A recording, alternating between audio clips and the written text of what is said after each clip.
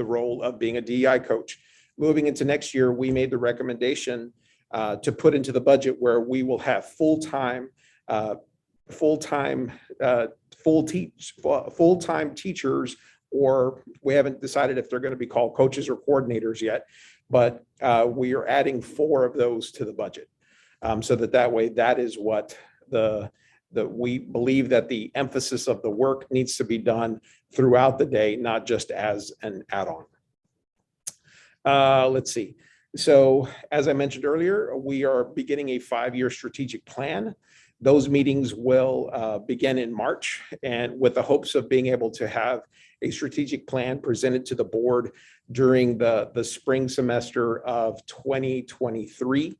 And so within that strategic plan, we will be putting an emphasis to have a diversity, equity, and inclusion lens, help us with our goals, help us with our processes, help us with our core values, so that way, as the community is able to see what it is that we're working on as a school district, they can see that these things they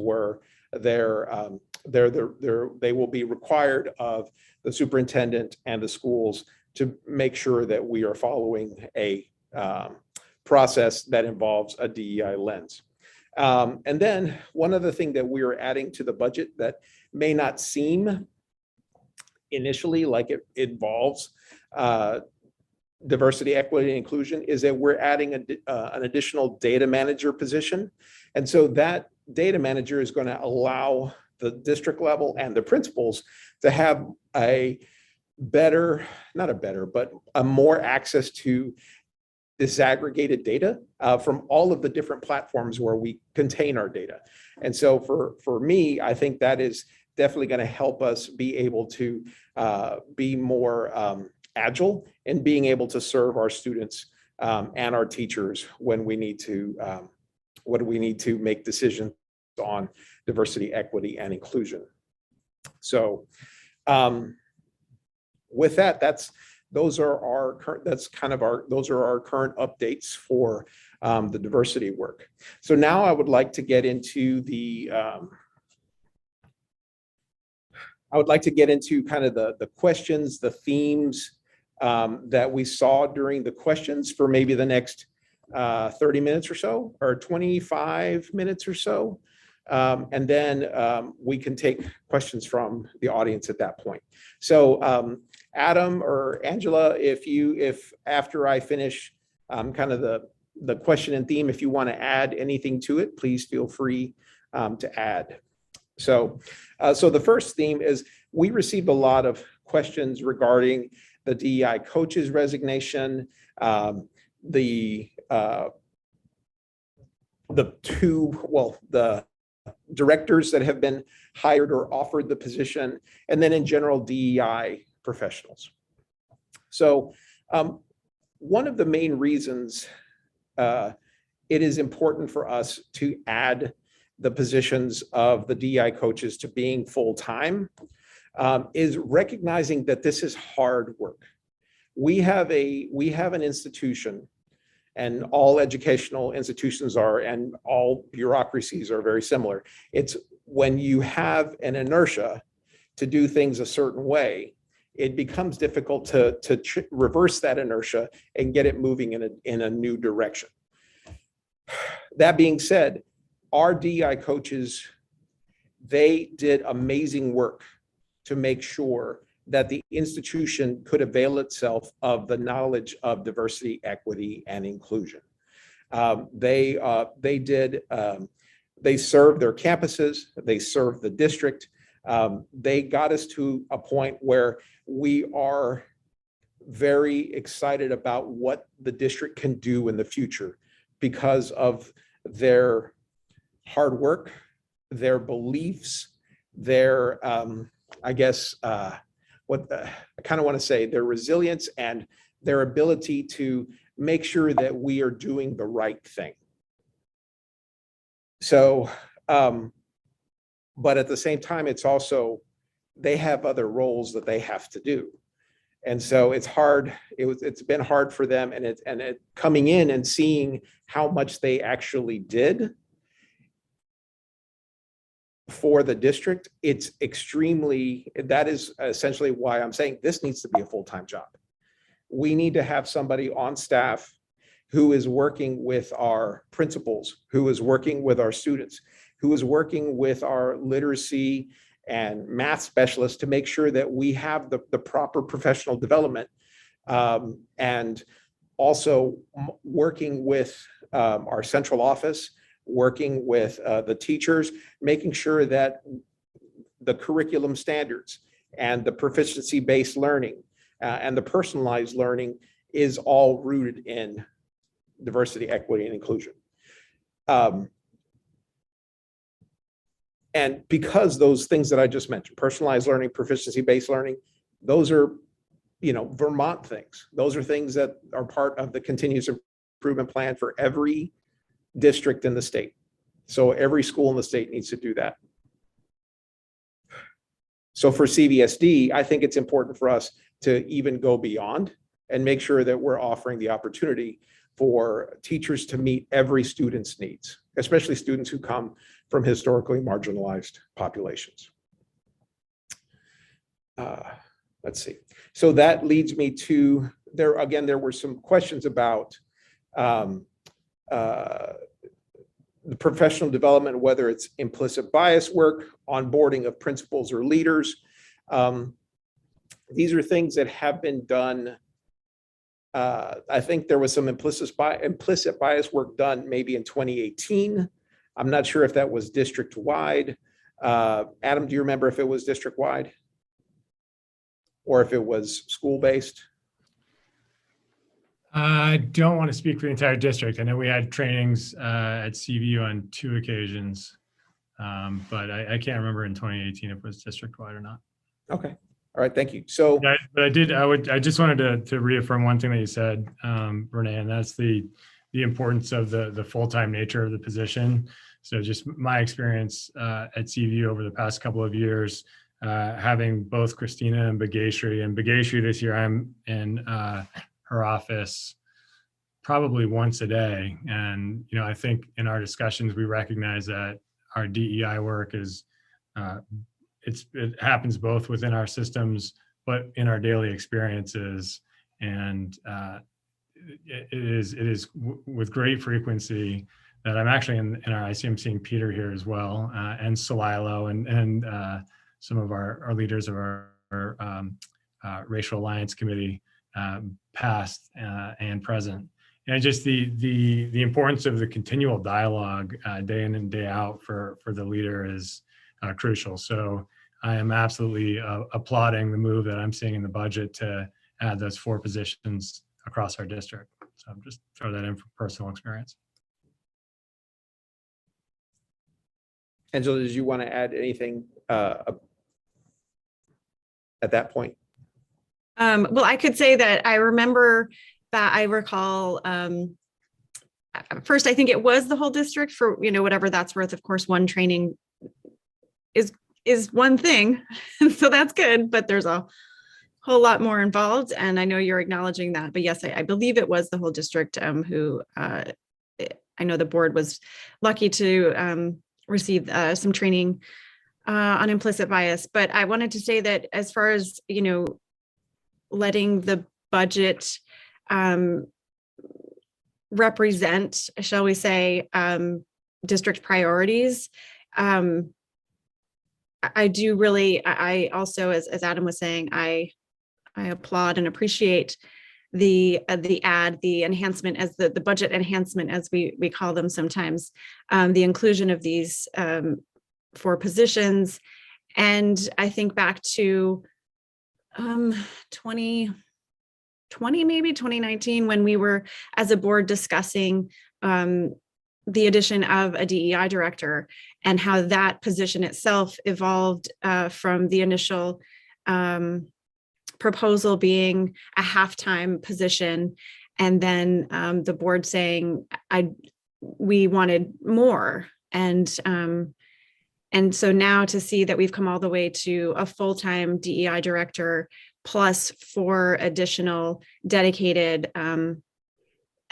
staff members really, as you've said, Renee, embed the work of equity and inclusion and belonging into all aspects of our district and of a student's day and of the for the adults in our buildings as well. So yeah, I'm excited to see this the budget representing that priority.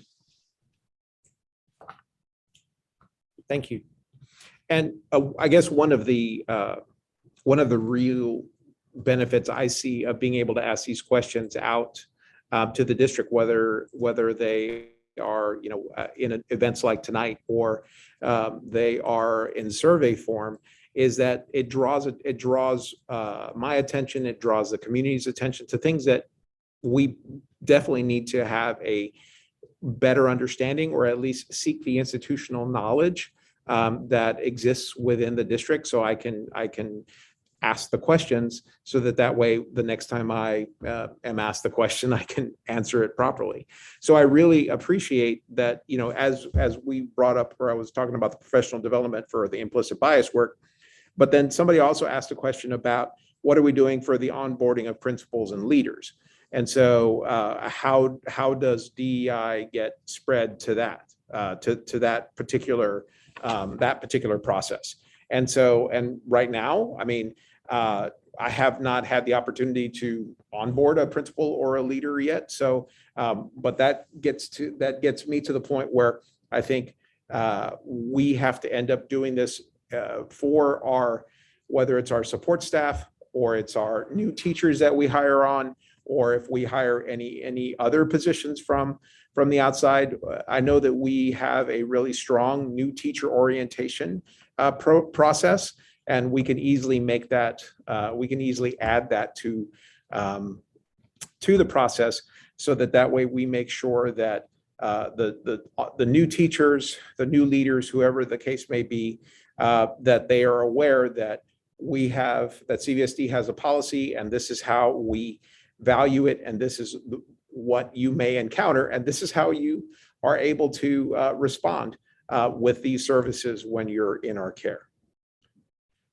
One question that I'm glad was brought up had to do with neurological or other challenges, specifically at CVU. So Adam, if there's anything that you would like to share about how CVU serves students with neurological challenges at CVU specifically.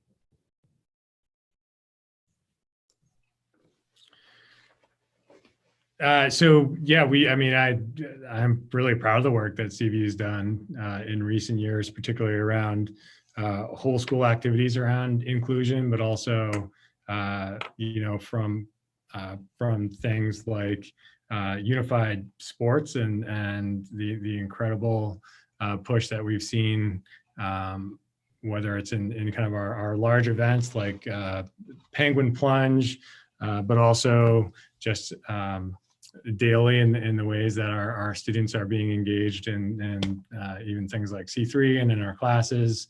But I think importantly, we developed a committee last year, and we intended to have a group today of our parents who are essentially a steering committee where we're having an open dialogue back and forth about what's working and what's not working at CVU, and to have developed some relationships over the past couple of years.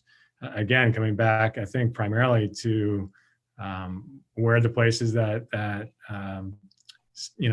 students are being honored and feel like a part of the community as a whole. Our parents have been incredible partners in that, and will continue to be. And just I think like with most DEI work, there's not an endpoint, but it's an open dialogue. So I think I'll leave it at that for the moment. Thank you, Adam. And you're absolutely on point that it is the DEI. It's not an endpoint. It is truly a journey. And so we're on it. Vermont is on it, and the rest of the country is on it as well. And we have to make sure that we're always moving forward. So thank you. So another topic or another question came up having to do, how are we, or how is the superintendent, how is the school board, what is their idea? How can they get an idea of what's happening in the schools around equity issues? So our hope is that using this particular forum, this is just basically scratching the surface. We're going to be able to do this through the equity audit. We're going to be able to do it through the strategic planning process. As you may know, I go out as the superintendent, I go out and I post up, whether it's at farmers markets or other events. And if there's the opportunity for me to come to schools to meet specifically about diversity, equity, inclusion, I'll be happy to. I visit the schools on a regular basis to meet with the principals, but I can definitely schedule in more time to be available for teachers and staff. Okay, so one other question that maybe I'll come back to that one. I'll come back. It's a question about embracing diversity. What does it mean to the district? I think that would be one that is, I know what it means to me. Because to me, it's truly that intersectionality of every person exists. Every person is an individual. Every person has their own way that they interact into the world and as who they are. And so we can't just label people one way. And for me, it's being able to accept the people around me, the people who I work with, the people who I serve, just kind of getting to know them for who they are and what makes them tick. But that's just me. And so that's why I think within the district, when we ask the question, how does the district embrace diversity? What is it that we do? I think that's going to come out very clearly when we design our strategic plan, when we design our core values, when we design our goals, and we design what it is that we're attempting to measure. I think that is going to be the core tenet of how we move forward with the writing of the strategic plan. At least that's what I'm hoping that it does, because I think we do. We just need to be much more. We have to be much more present in our actions and in our thoughts and in our policies about it. Angela, was there anything you'd like to add to that about embracing diversity? No, I think I appreciate your response. And to be honest, I don't know that I have an answer just in my mind ready to. I don't have a stock answer for that. And I don't want to provide an answer that I'll think about 5 minutes from now and wish, oh my God, I should have added this. And what was I talking about when I said that? I guess I can say very honestly that I'm appreciating more and more that it's something that that we as a district have to show and do over time. That we have that there's been this like rush of intention and energy in this direction, and I'll say I don't always know for sure that we're pointing the energy of the ship in the right direction, and it's very easy to make mistakes, and then it's figuring out how to course correct. And so see, I'll just go off on a ramble now if I really try to answer this, but I guess that's my answer. I think we embrace diversity by truly committing to, or embrace equity by truly committing to the time it takes and the intention and the willingness to make mistakes and change and be self-reflective and transparent. that's a start. Yeah, thank you. It is definitely it is something that would have to be within our core values, and we want to make sure that it is, like we said, actionable and present and visible. So let's see.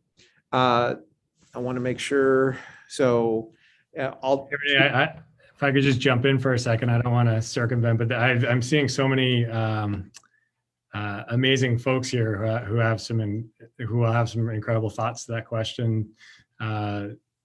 Would love to, if it's possible, and I don't know if it's now or later in the agenda, but to open that up and hear what the folks who are here have to say about that question. Yeah, I was just going to go an additional 5 more minutes and then turn it over. But I mean, at this point, let me look at the kind of themes, and if there's anything I really want to, let's see.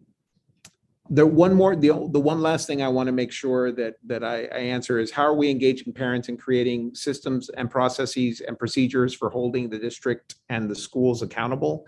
And so it's going to be part of making sure that we involve families as part of the strategic plan, making sure that we're inviting parents and community members to be part of our district-wide DEI advisory council, and just being able to make sure that the parents and students feel safe in letting us know that there's something that that is going on, whether it's in their life or going on at school, so that way we can help get them through it, and help make the schools safer, make the schools more and the district much more able to respond to whatever issues that they are encountering. And again, that goes back to making sure that we are able to show our action, show our presence, and making sure that we are living the policy that our school board passed. So, okay.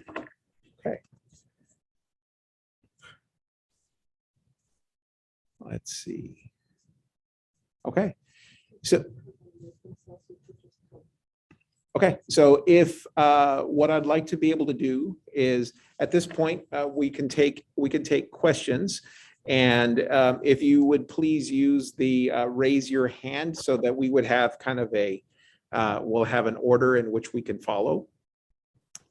So if you need help finding where your raise hand is on the, let's see, is it on your, I thought it was on the 3 dots. Nope. I think most people can find it if you click on reactions. Okay, reactions. Oh yeah, there it is.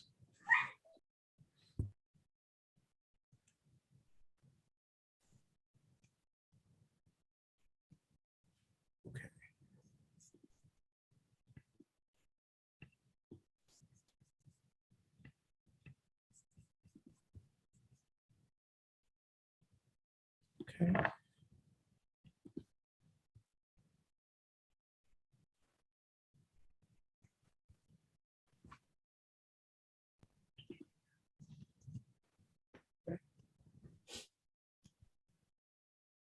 So I can continue with the themes until somebody has a question. Is that all right? And I wonder if some folks might feel a little better if they're able to add a question to the chat. I don't know what the chat settings are set at, where the chat settings are, but I know, we had some luck with that. Seemed to work well when we had our budget forum. Mm-hmm. Okay. All right. I have Fab DeFazio who raised a hand. Hi, thank you so much for having this town hall. I'm really happy to hear what the district is working on in terms of diversity, equity, and inclusion.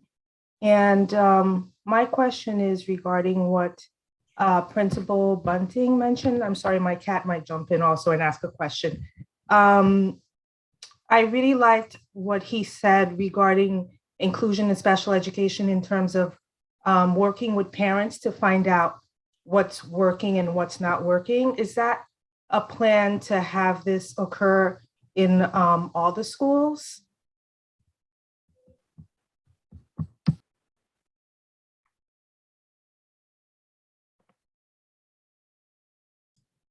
Sorry, I had a weird window pop up on my Zoom. Um, uh, Fab, I guess, I mean, the answer would be yes, that this should be occurring in all of our schools.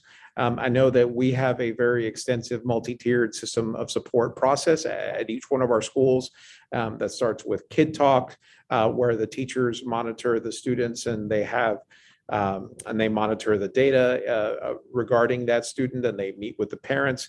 And then if there are other issues that need to be addressed, the teachers and the parents meet closely to answer those questions.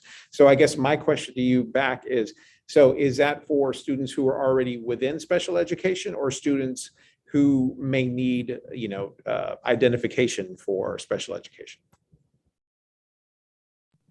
I was thinking in terms of more like at the macro level, to reach out to parents who are already in a special education program to find out, is it working? What are the challenges? What are the issues? So that's where I was going with this, to find out maybe, if there are things that maybe need to be changed or new things implemented. So more on a macro level. Renee, sorry to jump in. Sure. Oh yeah. Yes, That's okay. Absolutely. That'd be wonderful. Hi, Fabienne. I'm Megan Roy. I'm the Director of Student Support Services, and I'm really glad you asked that question. I think the work that CVU is just starting around kind of engaging with families and really figuring out how do we go beyond the presence and inclusion in activities and really make sure kids and families feel that sense of belonging is really exciting work. At each of our buildings at various times over the years, there have been support, sort of parent groups, but nothing really structured. And so we're really looking to learn from CVU's example and potentially kind of take that model and extend it district-wide. So I would say we are interested in that work. We recently reached out to families really specific to special education and kind of recovery and response funding. But in that, we asked some questions about whether or not families would be interested in focus groups. And there was a small number of families interested. So we're really in the process of unpacking that and starting it, because I think it's really important work. It's not something that exists right now, but is definitely something that we'd like to. And we're looking forward to kind of learning from CVU's group. So sorry to jump in, Renee. You might not even have known I was on, so. No, yeah, I knew, yeah, I saw you earlier and I was like, oh, I hope she's still here. So thank you. I'd also welcome you to join our group. So it's called Partnership for Meaningful Inclusion. And we have our next meeting is going to be January, I don't want to say the wrong date right now, but it's like January 7th, somewhere around there from 4:30 to 5:30. So I would invite anyone in this group who wants to join us. And again, it's going to be a lot of us listening and learning from our parents and working with our parents so that we can create a better culture.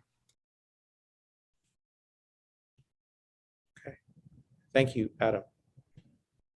Salilo.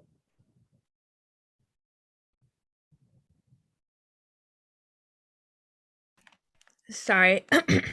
So I was just wondering, I think a lot of times I've seen equity work be referenced in this district as education and centering the self-actualization of white people over justice and action. And I'm wondering if how you guys plan to move forward with action and what outreach plan you have for student affinity spaces of historically marginalized groups and student social justice groups who have been asking for specific changes over the years.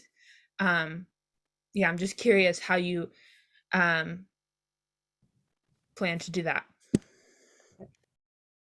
Thank you. I just want to make sure, wanting to make sure that when we talk equity, diversity, and inclusion, it's not just about the self-actualization of white people, maybe more of a focus on justice. And then how can we make sure that we're providing opportunities for students to have affinity spaces, and most importantly, the specific changes that these student groups where they are seeking some sort of change, how are we going to address those changes? So let me get to the last question first. So I think the last question is extremely important. So Lilo, in working with, love to have a conversation with you the next time I'm at CVU, that's for sure. So that way I can learn more about particularly the changes that have been asked, as well as the affinity spaces. And so I think part of where we are today with the equity policy, with the Black Lives Matter flag, all started as a result of students. And so I'm excited to learn more and to make sure that the students have their own focus group within the equity audit, so we can hear that voice. But also, I want to make sure that when I avail myself of the student groups at CVU, so I can hear from you directly. And so, Adam, potentially the next time that I'm on campus, you will, as we're walking around and visiting classrooms, if there's any students you want to introduce me to, I'd love to make sure that happens. Just a follow up, is there any opportunity for a direct relationship that isn't through Adam? Because I think it would be really valuable to just have more of a platform for those student-led movements, and have it be less interpreted by adults and instead centering students and amplifying their voice. That sounds great. So I'm sorry, I didn't mean to cut you off, Salilo. No, it's totally fine. Oh, so moving into next semester, I will have a student advisory committee. So I will have 4 representatives from CVU, and then 4 representatives from each of the K-8s, who I will meet with directly. We'll start off on Zoom, and then hopefully, if the weather and everything and the environment allows us, we'll be able to meet together maybe by May or June in person. And so that way I will have the direct line with students. So Lila, do I hear your question also being, how do we amplify these voices in less of a hierarchical way, so that we are having our students not just sort of seeking permission from either me or from our administration as a district, but having a true way to amplify voice and engage in dialogue? Yeah. And also, as somebody who's like on an advisory committee, who's on yours, I can say that like you can never represent the student body, especially like I don't know, 1,200 kids. I don't think like 4 students can represent the needs of that many kids, especially when the application process usually favors people from wealthier families who have more of the time and resources to commit to something like that. So yeah, I think I'm looking for an answer that is like you said, Adam, less hierarchical and going directly to those clubs, because they have done the work over the years and are in touch with the student body in a way that I think an advisory committee might not be.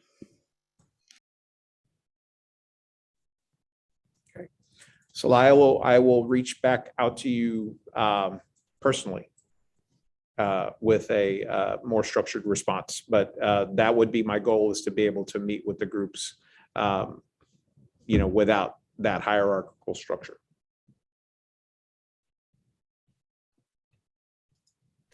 Renee, can I have a question that came to me in the chat Mhm.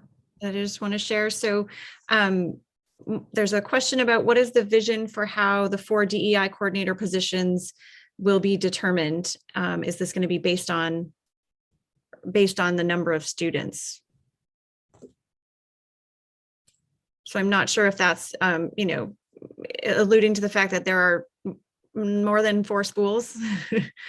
I think that may be what that's about, but if not, I'm certainly happy for clarification if I've got that wrong. So right now, that's effectively what we're looking at, is having those positions kind of undefined right now.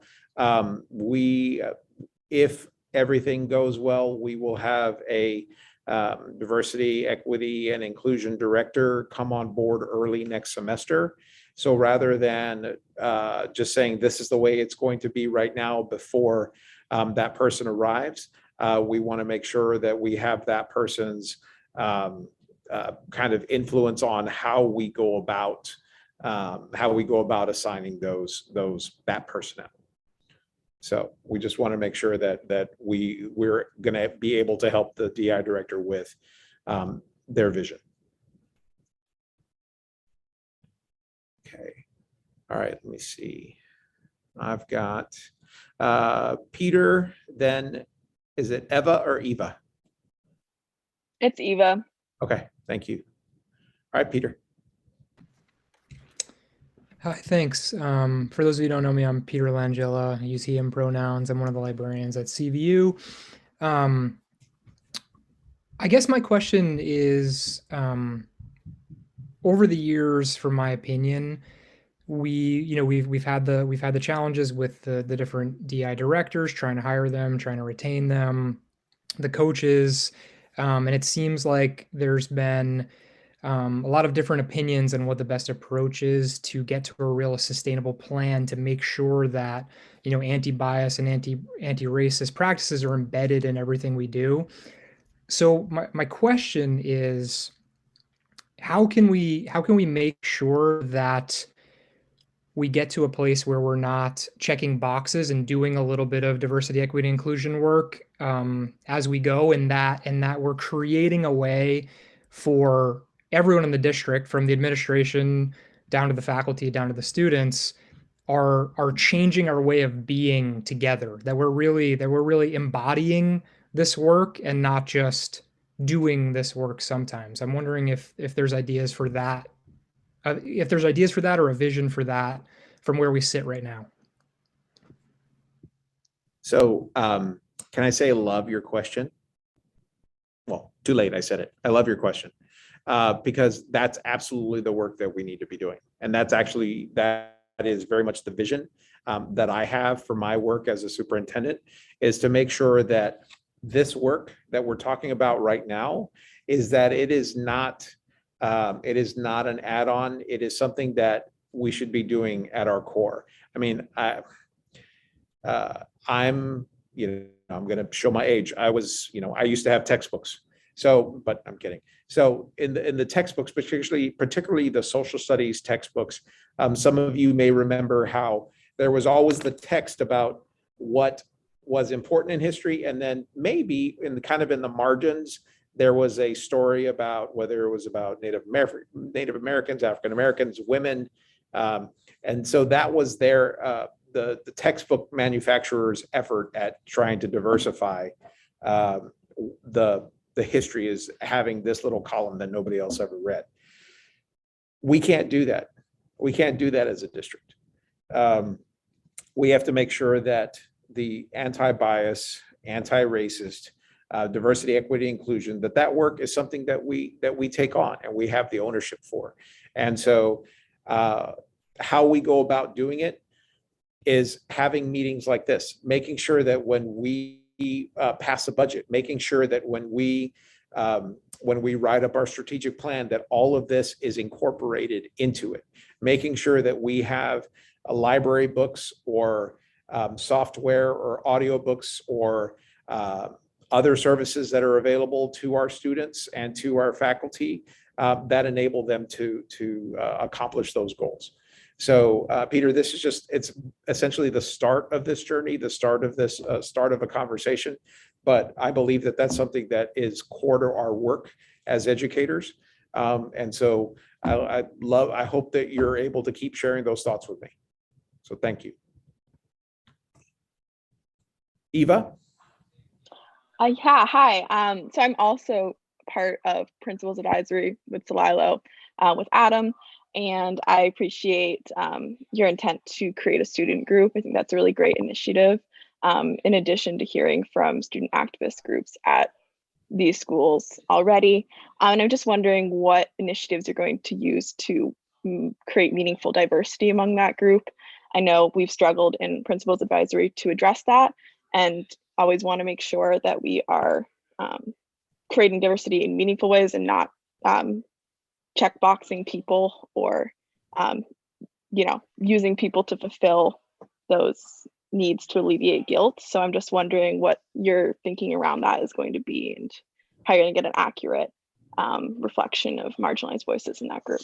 Thanks. I think that's a great question. And to me, it's a challenge, right? So because we have the kind of the traditional mindset when you've got you have a very important committee or very important, you're trying to hear student voices to make sure that you're creating agency among those students so that way you can create the best school possible. Frequently, we go to the students who know that they need, they feel like it's important for them to be a part of it for whatever reason, whether they want to hear their voice or they have their voice be heard, or they want it on the resume, or whatever the case may be. I think it's important for the leaders to understand that we have to do more kind of, the word is escaping me, but it's kind of more like a work on the ground. And so if that means that we have a standing committee, I need members on that standing committee who are going to help me recruit the students who are historically marginalized. Or if they do not have the ability to be on that committee because of other commitments, then we need to figure out how to make that committee work. So if that means that, because again, a standing committee of students that has a designated meeting time, that also is immediately going to kind of create structural problems for certain students who have to look after siblings who their only way home is catching the bus, or they have other activities that they need to do. Like they have a job. And so we have to be able to figure out, maybe the committee doesn't always meet as a full committee, and whether it's the superintendent or the principal or the teachers, they find a way to meet with pockets and then keep track of it in a different way. But thank you for, I mean, that is the thought exercise that I was able to kind of put together. But I think you have a very strong point there that me in particular, we have to consider how can we get more voices involved. And that applies to students, but at the same time, we have a lot of families around the district who are working multiple jobs, or they are working on the farm till morning through night, and they don't have the time to be able to log in or to come to school to meet with us. So how do I, as the superintendent, go out and make sure that their voices are heard as well? And so part of that is getting really good at driving a bus, or getting really good at driving on mountain roads. I know, Kelly, I saw you in there. We're gonna do that. We're gonna do that bus tour, I promise, and go and meet with people in the meet with people in the field, literally and figuratively. Eva, your question got me thinking too about. I think we sometimes get stuck on the formal systems that we have set up. I've got this book sitting on my desk that I'm very slowly working through called Belonging Through a Culture of Dignity. And I think culture of dignity means that we can have the informal relationships and the informal moments too, where, you know, we've certainly had this experience where you've stormed into my office, you've been like, Bunting, you are not seeing this right now, you know, and to have that throughout the district, I think is really important. And I think, you know, I can speak more easily for CVU. I think that's existed at CVU. Certainly preceded me. I think that exists between students and faculty. I think that exists, you know, hopefully in between faculty and administration. I think where we need to work on that is more with our families, where that informal communication can happen a little more easily. And I think sometimes that means boxing out time for that and slowing down a bit. But certainly the formal systems probably are more important, but those informal times are just the number of times when I learned something from a parent and we learned something from each other. But that also starts with just the individual relationship and openness and listening to one another, I think. I'm still really stuck on Salilo's question too.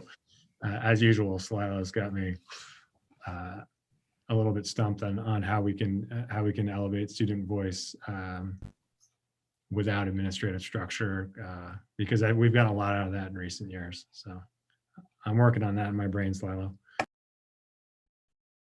So I've got a question from the chat. So I'm just going to read it word for word. One thing I have seen in my work in Vermont schools is seeing teachers talking to and pressuring students of color to agree with a racist system in lieu of having direct conversations with parents who are likely to be their children's best advocates. The practice of targeting students is discriminatory and often felt to be a divide and conquer strategy. It can have the impact of the student feeling like they have to choose between their parents and school leadership as far as who to respect and agree with. Can the school district do a good job of building relationships with parents in order to ensure that parents have a voice first, as they are the ones who are experts on their own kids for real, in particular when it comes to passing on their generational knowledge of how to survive under white supremacy culture? Are school staff educated about the characteristics of white supremacy culture? So let me address, because there's a lot to unpack in this question/statement.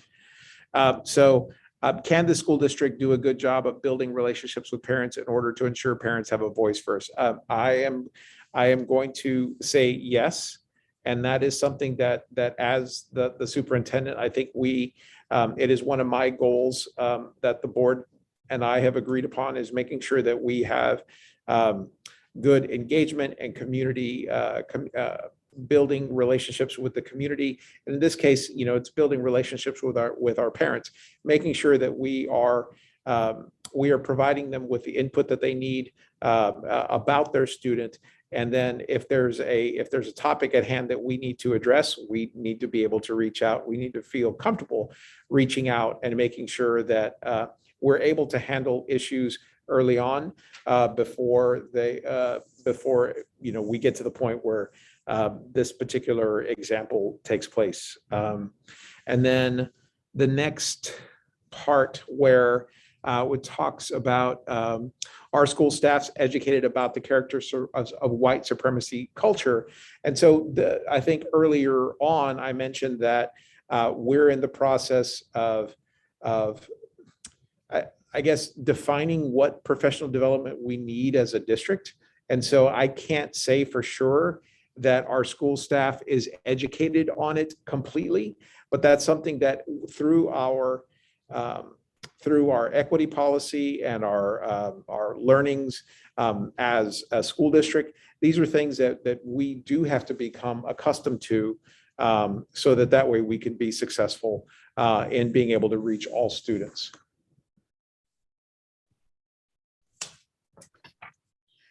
Renee, I have two questions from the chat. If you're, I'm like staring at the clock and wanting to. Sure. Yeah, let's get these. I have one more, so we'll address your two, and then my one that I have. And Benny has a hand up as well. Okay. Katie Frazier, a 5th grade teacher at CCS, is asking at Charlotte Central School, kind of adding on to Peter's question, how is the district supporting anti-racist educators who are experiencing parent pushback?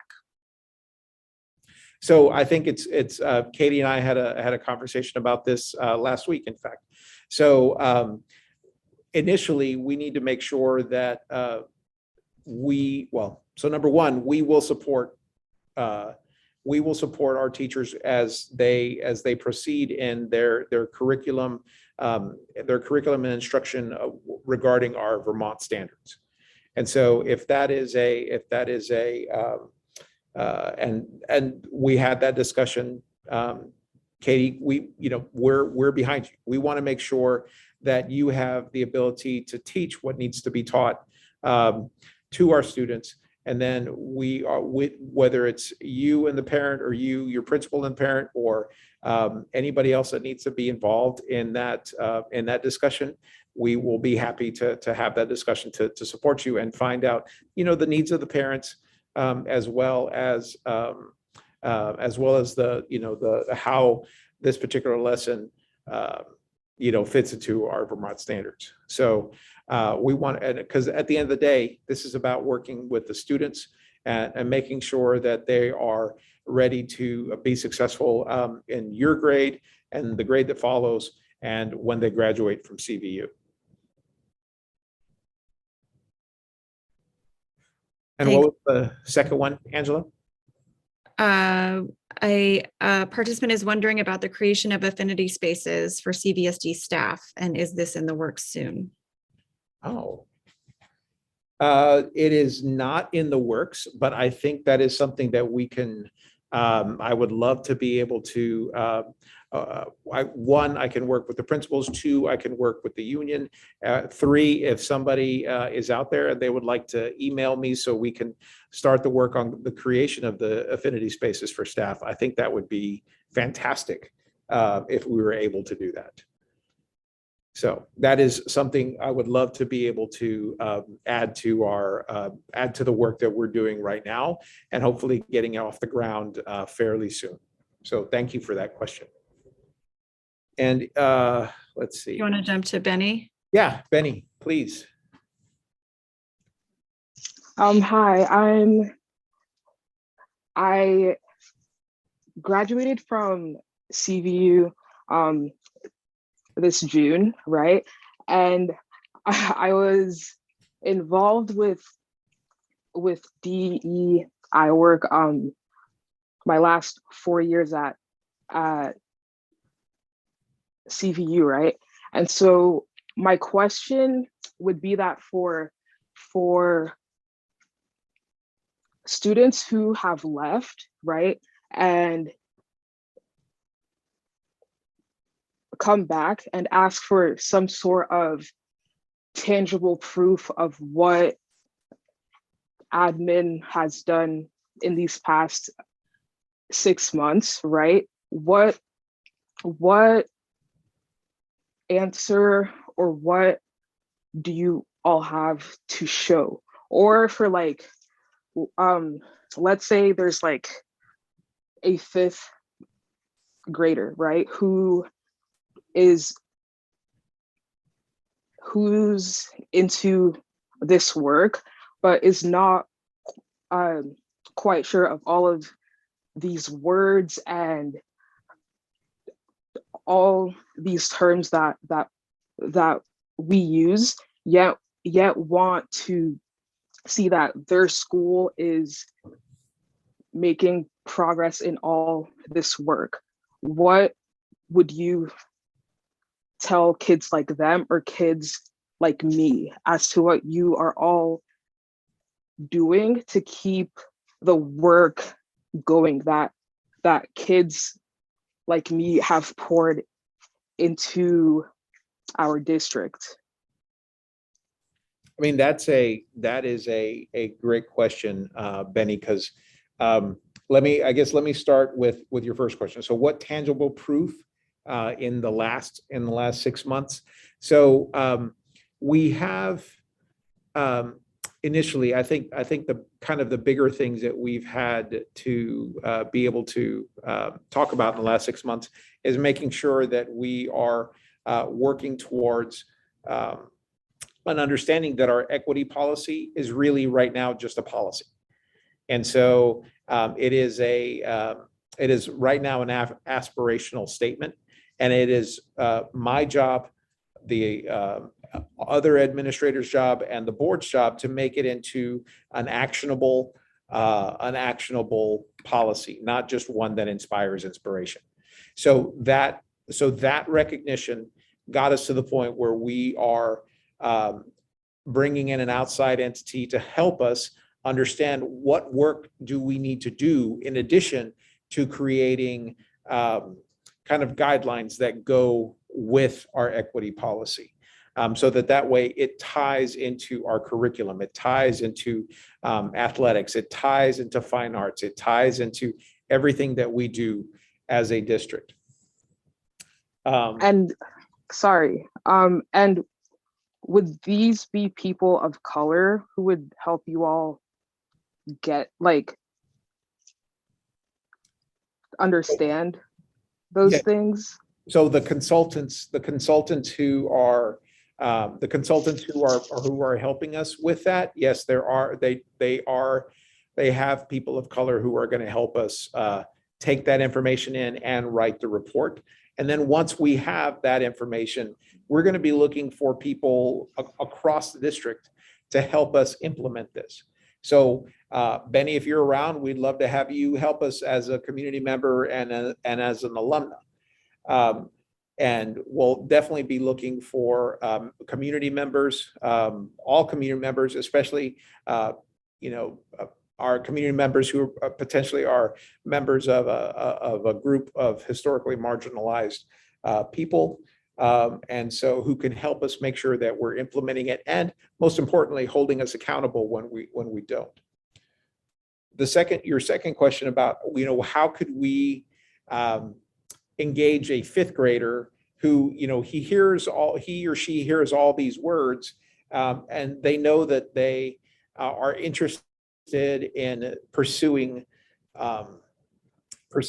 this work, this service, making sure that they're advocating for their classmates. I think that will come in right now. I think right now it would really depend upon how their teachers in their classrooms are working with and engaging their students. But I think moving forward, since what we will be doing is engaging with the community through this equity lens, is making sure that students have this opportunity to not just be part of a large student committee like the superintendent's committee, but this would be something that I would highly advocate that our students have opportunities to participate in at the school level, where they're doing things for their classmates, they're doing things for their schools, families, and for their community. So the quick answer is right now it's going to be kind of hit or miss. It'll be intermittent, but moving forward, we want that thought to be in the back of our head as we're designing how we serve kids. So thank you for that thought. And then the last question that I would like to address that we got in was, how are we going to encourage people of color to want to work in our district, especially after some of the negative press recently? So that is part of what we're what as the superintendent I'm hoping to do, and I saw Mark on this call earlier. So the first step is being able to have processes where we're recruiting people, not just from the area, but also from New England and from other parts of the country. So hopefully being able to bring them here and so that they can become lifetime Vermonters. But then secondly, for people who do work in the district or who do work in the area, I think it's critical for us to tap into some of these organizations like the Vermont Professionals of Color, so the Vermont Principals Association has an affinity group for administrators of color. And so working with them and then being part of other organizations like There's a national organization called the Administrators for Latinos Administrators and Superintendents, and then there's also the National Association of Black School Educators as well. And so being able to tap into those organizations and being able to recruit teachers and administrators and counselors and coaches and anybody else who would be interested in coming to work to Vermont, because I think we do have a lot to offer. We are all on this journey to expand diversity, equity, and inclusion for all of our students, and to make sure that we are working with our staff and treating them well, and making sure that they have everything that they need in their classroom or in the hallway, in the building in general, so that way we are supporting them as best that we can. Benny, last question.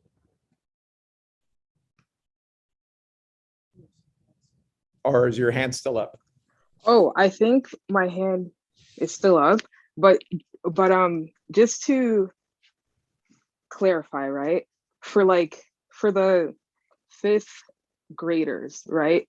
Yeah. It was more of kids, because I think that kids of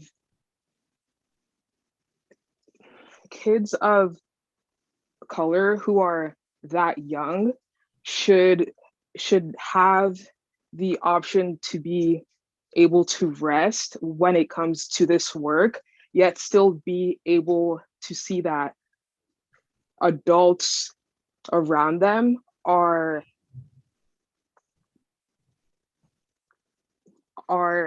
taking steps to make sure that they are cared for, right?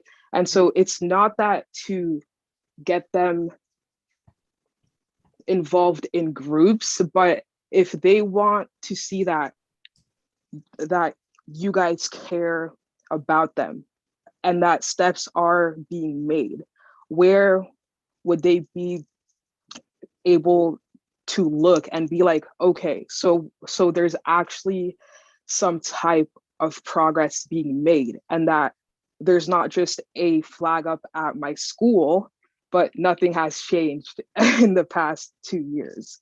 That's what my question was. Okay. Yeah. I love that question. I don't have an answer for it right now, but I would definitely like to have maybe an additional conversation with you about that. So if there's a chance that I can get your you can email me your information, or you can call the office tomorrow and leave your phone number. I would like to have more conversation about that, because I think that is something that, and it shouldn't just happen at 5th grade. I think it should happen kind of throughout the district. And so what that looks like, because it can happen, whether it's in a social emotional lens, or in a curricular lens, or an instructional lens, or even just the type of banter that could occur in between lessons in the classroom. There are so many different ways that could occur. But I love the idea of having something tangible, so that way a 5th grader, 3rd grader, an 8th grader can see that the teachers are learning more about them, and the administrators are learning more about them, and they are doing their best to care about their students. I think that is a fabulous thought. So thank you for that. Okay. I know we're closing or ending, but I wondered if Peter wanted to, if you wanted to respond to that, Peter Booth, or.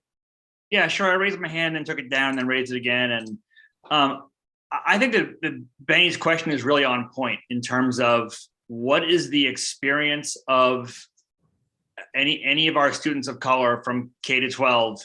How is their experience different or better in the last 6 months or the last 2 years? And and I think that Benny's being very polite and she's very kind. She's being very direct and saying that I believe she's saying that it's not feeling very different. And I think that I appreciate her naming that, and that I appreciate her coming back to this group after being out of high school and sort of holding people's feet to the fire. And that's just what I wanted to say. And thank you, Peter, for that. I think I think that question is something that we can ask a multitude of ways from a multitude of different people in the district. So Benny, thank you so much for that.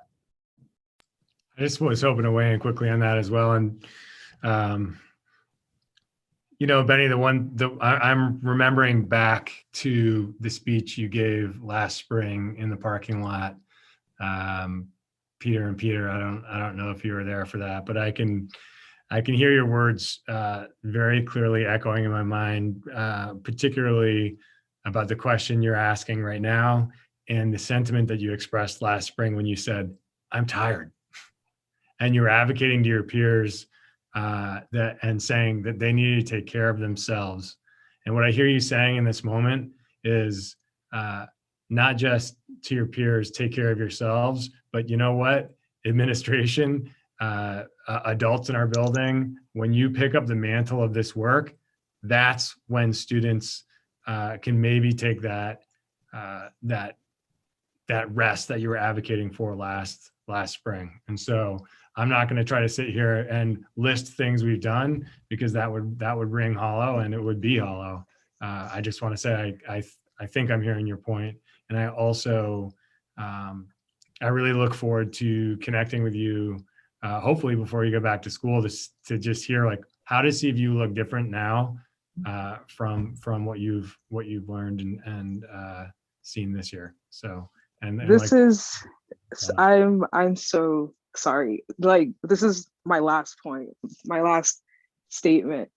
But I think because I have kids are my passion, right? And so I think that people often forget, especially in this work, that everything that we're doing is for kids, and kids aren't people who hear you.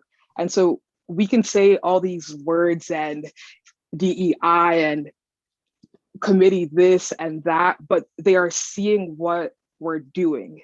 And so if there's been 2-3 years of all these words, but what they learn, what they see, people who are teaching them are not matching up to the hype, then that's where I get mad. Because I know that if I was those kids, I'd be pissed, right? And so that's where my thought is that that educators are there for kids. Principals, I don't care who or what you are. You guys are all there for kids, and kids see more than they hear. That's all. That's my last point. Thank you for listening. I appreciate it. No problem. Thank you. Okay. Adam and Angela, any last thoughts?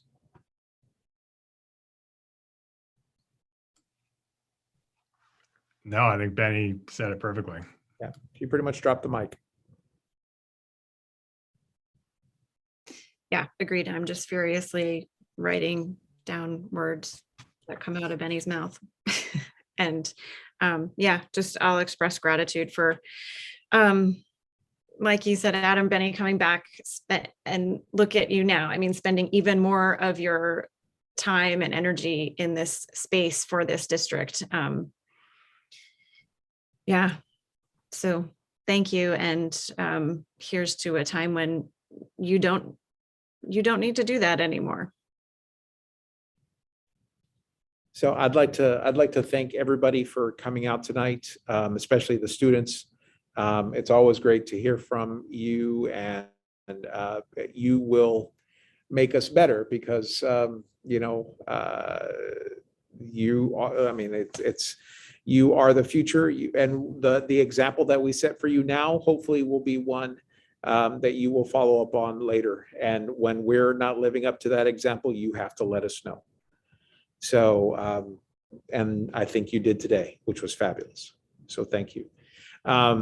We look forward to doing this again shortly, and we will keep updating our DEI page on the website so people can keep track of the things that we are doing. But as of right now, we are scheduled for the second Wednesday in February for our next meeting, and we will have an agenda set out for everybody. And I think most importantly, what we can do is we can also do a follow-up on Benny's question at that point. That'll be kind of one of the major points that we will take into consideration for that event. So again, thank you everybody for coming out tonight, and look forward to doing this again. Good night.